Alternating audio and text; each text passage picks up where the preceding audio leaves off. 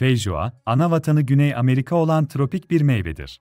Genellikle Brezilya, Kolombiya, Uruguay gibi ülkelerde yetişir, ancak artık birçok farklı iklimde de yetiştiriliyor. Bağışıklığı güçlendirir, C vitamini deposu olduğundan, feijoa bağışıklık sistemini destekler ve vücudun hastalıklara karşı daha dirençli olmasına yardımcı olur. Sindirim sağlığına yardımcı, lif açısından zengin olduğundan sindirimi destekler, bağırsak sağlığını korur ve kabızlığı önler. Cilt sağlığı için faydalı, feijoadaki antioksidanlar, serbest radikallerle savaşır, bu da cildin genç ve sağlıklı görünmesini sağlar. Kalp sağlığını destekler, potasyum içerir ve düşük sodyum seviyeleriyle tansiyonu dengeleyici etkisi vardır. Feijoa'nın kabuğu yenilebilir, ancak iç kısmı daha yumuşak ve tatlı olduğu için genellikle kaşıkla içi yenir.